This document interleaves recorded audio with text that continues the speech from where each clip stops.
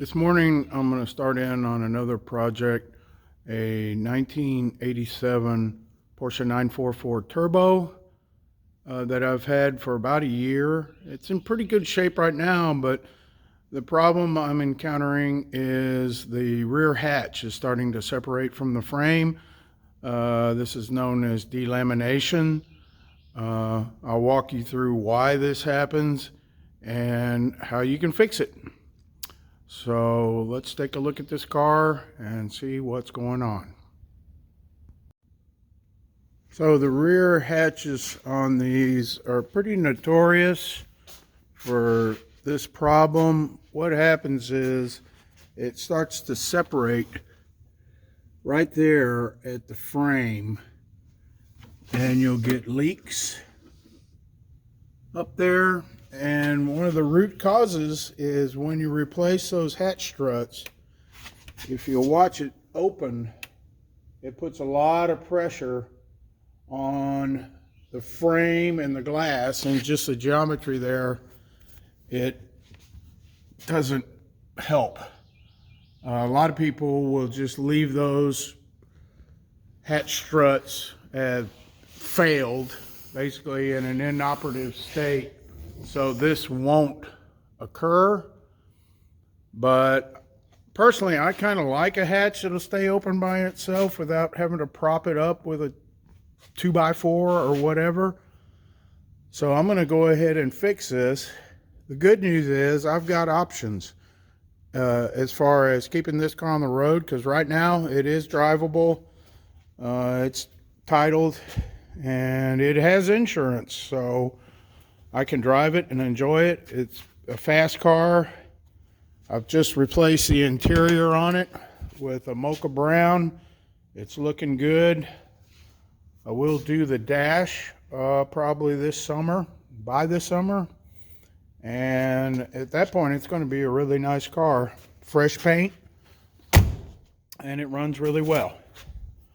So let's look at our options as far as hatches and how we can keep this car on the road while we fix the hatch.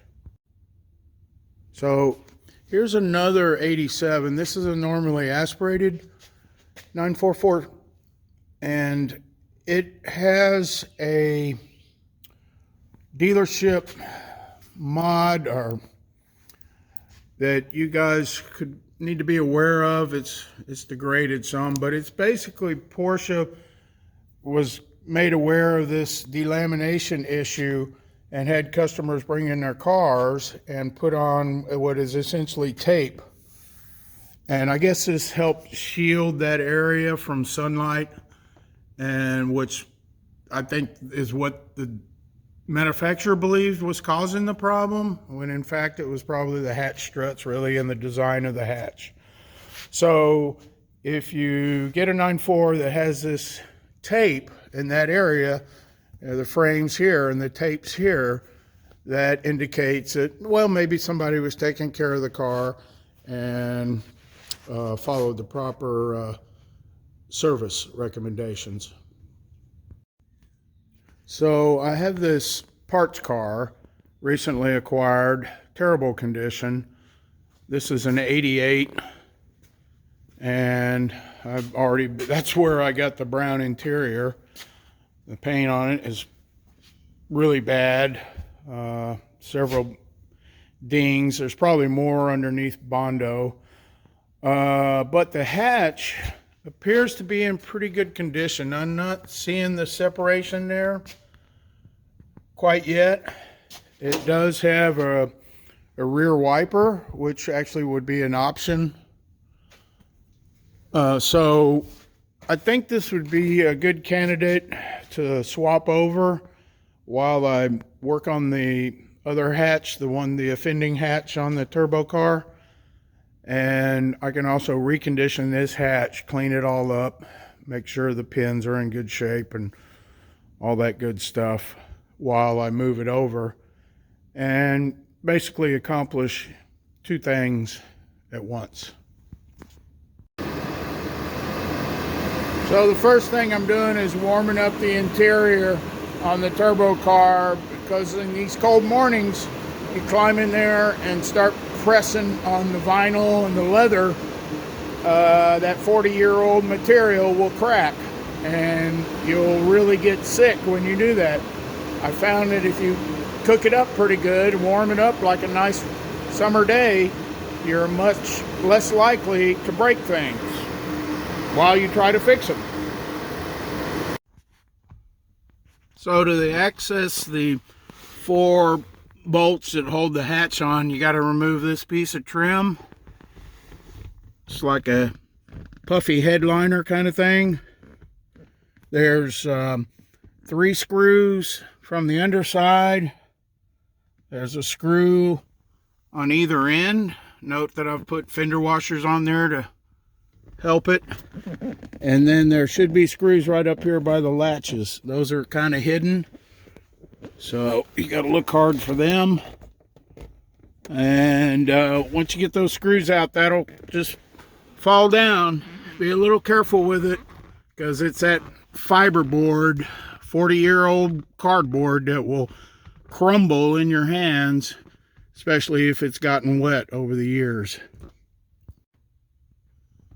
So under the trim piece that you just removed, you'll find 4 bolts, caps bolts, screws that hold the hatch on. This is also how you access the sunroof mechanism. Should that need repair, those gears are notorious for stripping. So, and note that the headliner underneath is black. That's just because I haven't found a suitable replacement in the mocha brown, and they're usually tore up from people getting in here and fixing the sunroof gears.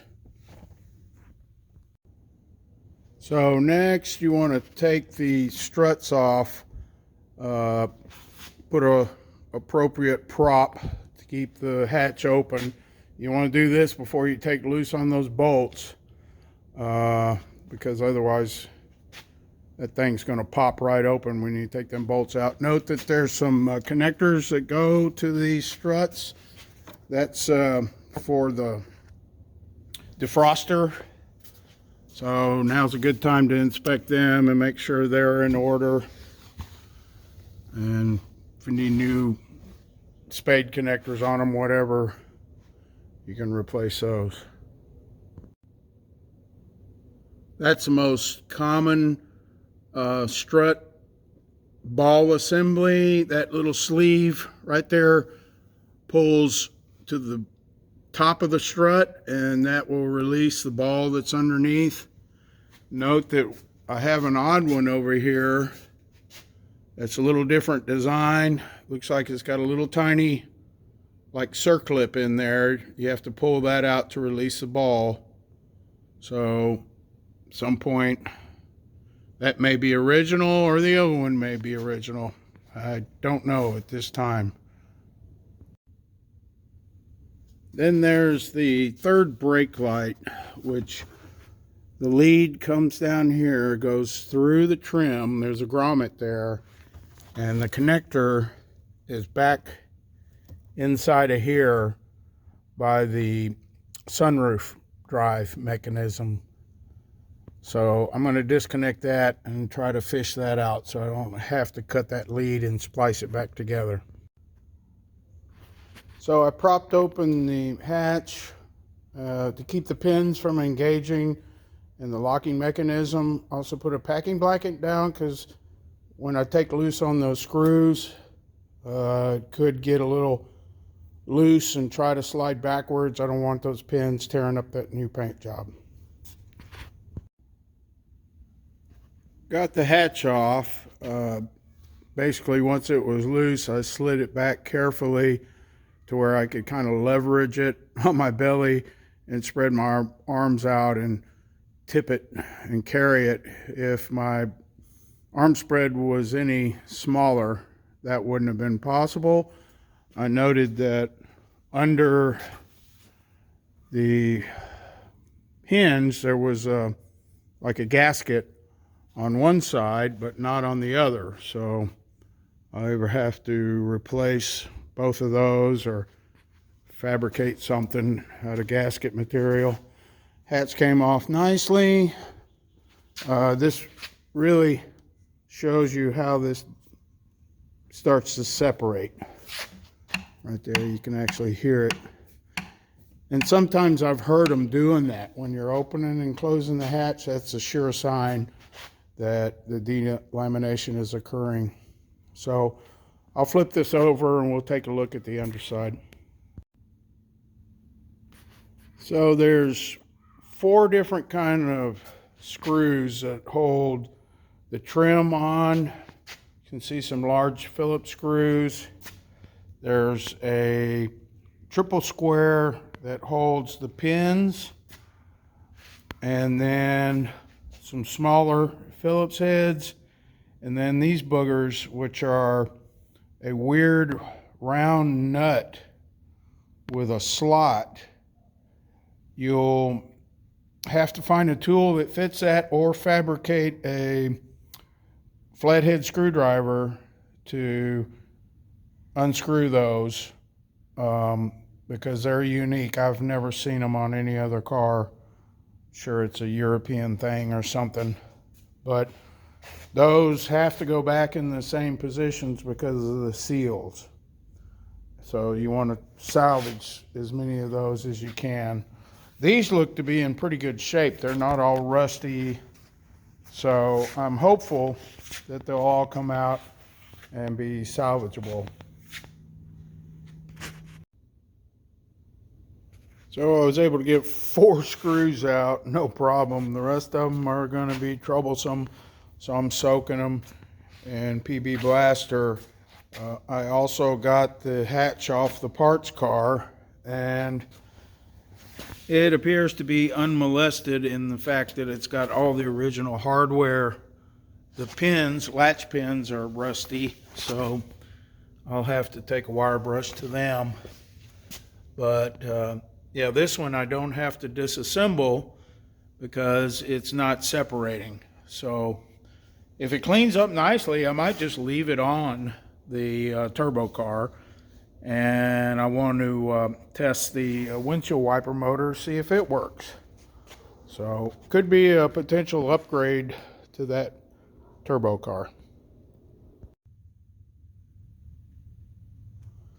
Got the cover off on this rear wiper motor.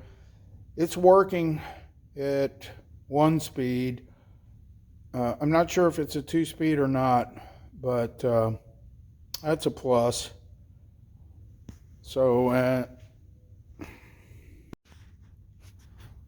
pulled the 3rd tail light, stop light, off and cleaned it up. Got the bulb working on it.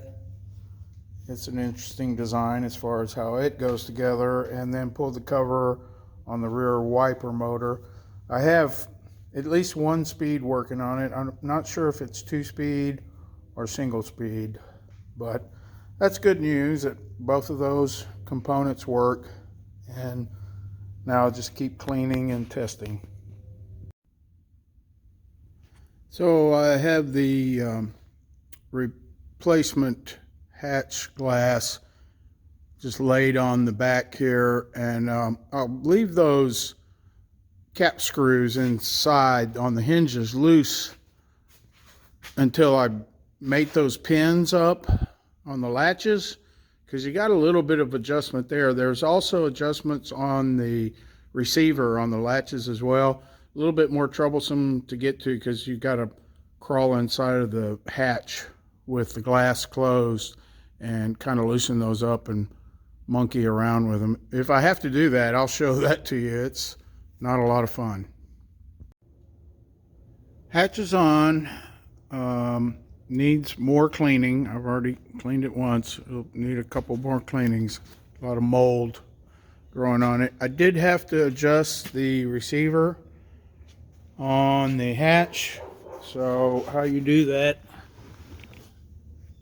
you sometimes can do it outside of the car by trial and error. You just loosen up on these 2 bolts here, nuts, and what it was doing was it would the pins would insert okay. The latch was not engaging, and I could wiggle it and it would open up. So I basically just loosened it up, those nuts, and then closed the hatch, and you could hear the latch snap, and then opened it back up and tightened it down. It seems to be working great now. So the only thing I have left to do is to tap in the wire harness for the rear wiper and for the tail light, and I'll just splice that into the existing harness, and this should be good to go for a while. I did leave the PCA, the vintage PCA sticker on there for now, just because I thought it was kind of cool. So I've discovered something interesting on a car that came equipped with rear wipers. That harness is 5-wire, basically. And then on a car without a rear wiper, the harness is only 2-wire for the third brake light, which I was just going to cut this harness off and splice it onto the other one, but that won't work. So I'm going to have to source another harness, used part, to splice into there, and probably the switch as well, because I don't know that this parts car had the switch. I don't know that it came with it. Let's take a look here. Yeah, I'm not finding that switch. That's rearview mirror adjustment, and that's remote key lock, which is an option. So yeah, the switch is missing. So I'll try to source those two parts. It'd be nice to get the rear wiper working. I mean, that would just be another plus for that car. Okay. So I'm going back to the delaminating hatch glass, and I'm starting to pull off the side trim. Here's a little tool I made out of a crusty old screwdriver to get those weird round nuts with the slots in them. You could make one out of a sacrificial screwdriver in a heartbeat. So once you get those out, that trim should just pull off like that.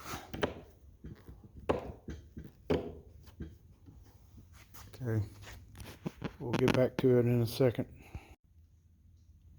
The passenger side trim came off without a problem. So now you have a top piece of trim that is basically clipped on. You can see it clip right there and goes all the way down. It straddles that frame. So it's just a matter of kind of prying that open a little and sliding that trim off, hopefully not bending it or damaging it. The top trim is off, so I pulled a couple little screws out of this third tail light, and just got to reach in there and undo the spade plugs, and then that's free. And I suspect that wire is just captured in that channel by the window itself. So that'll be fun putting that back in. All four of the triple square screws came out of the hatch pins okay. And then underneath, there's one more Phillips head screw that holds that frame onto the spoiler. So those are being pretty stubborn right now. I've had to drill them out before. And if I remember right, there is like a embedded receiver nut stud inside of the rubber spoiler. So you don't want to monkey that up.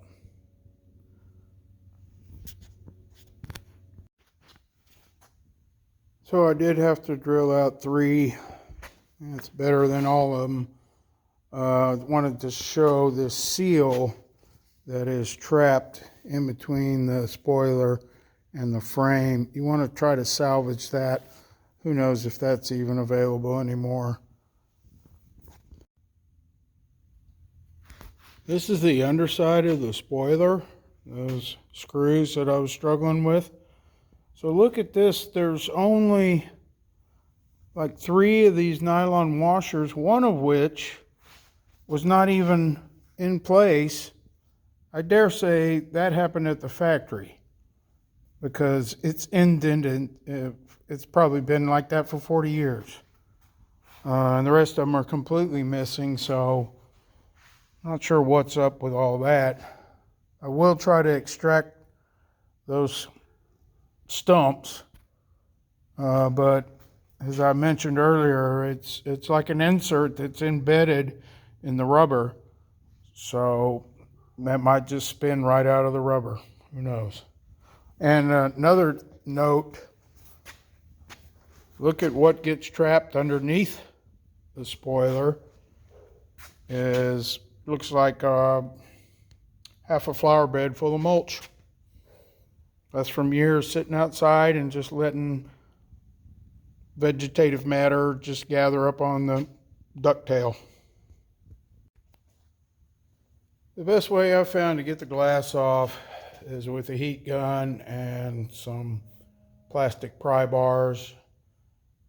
Just take your time, cook it up real good. When it starts, the sealant starts to go plastic, then you can pry a little and just start working your way around the edges. I think I prefer this to using the wire because the wire will tear up the metal frame as you're sawing. So I'll be doing this probably for an hour or so until I can get the glass off.